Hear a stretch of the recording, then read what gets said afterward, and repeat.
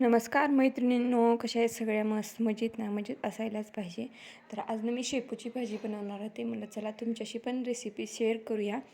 तर ना छोटीशी जुडी होती, तर ती मी साफ करून निवडून घेतली, स्वच्छ धुवून घेतली आणि एक साईडला डाळ भिजत घातली, एक 10 मिनटं मुगाची डाळ.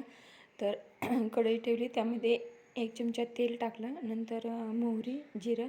तर मोहरी जिरं तडतडल्यानंतर हिरवी मिरची आणि लसूण मी एकत्रच वाटून घेतलं होतं. तर जिरेने थोडेसे जास्त ना तेल तापलं, त्याच्यामुळे जिरे थोडेसे हे एकदम लालसर झाले आहेत. तर हिरवी मिरची आणि लसूण एकत्र वाटून घेतलेलं ते टाकलं आणि एकदम असं हिरवी मिरची तेलात भाजू द्यायची, कारण त्याचा ठसका खूप हिरवी मिरचीचा उठला आहे. तर मी हिरवी मिरची अशी ही भाजू दिली.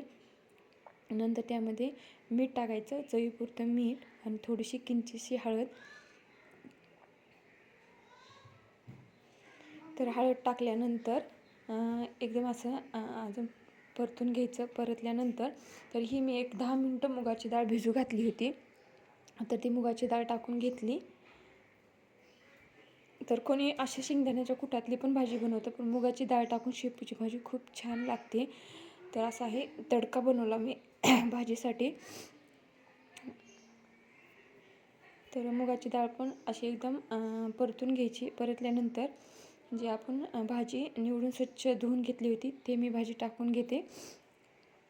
तर हिरवीगार अशी मस्त शेपूची भाजी होती आणि एकदम अशी ही गावरान असल्यासारखी होती. छान सुगंध असा वास येत होता त्या भाजीचा. तर भाजी टाकून सर्व एकत्रित करून घेतली मी. मुगाची डाळ मिक्स करून घेतली. मुगाची डाळ मिक्स करून घेतल्यानंतर त्यामध्ये थोडंसं 1 चमचा शेंगदाण्याचं कूट टाकायचं. तर शेंगदाण्याच्या कुटानं भाजी मिळून येते.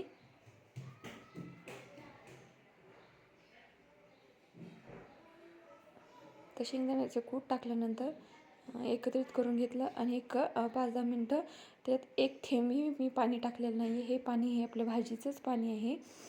तर एक 5 मिनटं प्लेट झाकून मी वाफू दिला. वाफवल्यानंतर 5 मिनटं झाली. आता 5 मिनिटानंतर अशी आपली भाजी तयार झाली आहे. तर खूप छान असा वास सुटला आहे त्या भाजीचा. मस्त मस्त पाऊस बाहेर येते आणि इथं गरम गरम भाजी आणि तुम्ही ही ज्वारीची भाकरी किंवा चपातीसोबतही खाऊ शकता. खूप छान लागते, चविष्ट आणि खूप फायदेशीर आहे ही शेपूची भाजी. तर तुम्ही पण नक्कीच ट्राय करून बघा. मुगाची डाळ टाकून शेपूची भाजी तुम्ही जर केली नसेल कधी, तर यावेळेस करून बघा. खूप छान लागते, मस्त लागते. तर रेसिपी आवडली असेल तर नक्कीच लाईक करा, शेअर करा आणि सबस्क्राईब केलं नसेल तर सबस्क्राईब करायला विसरू नका. धन्यवाद.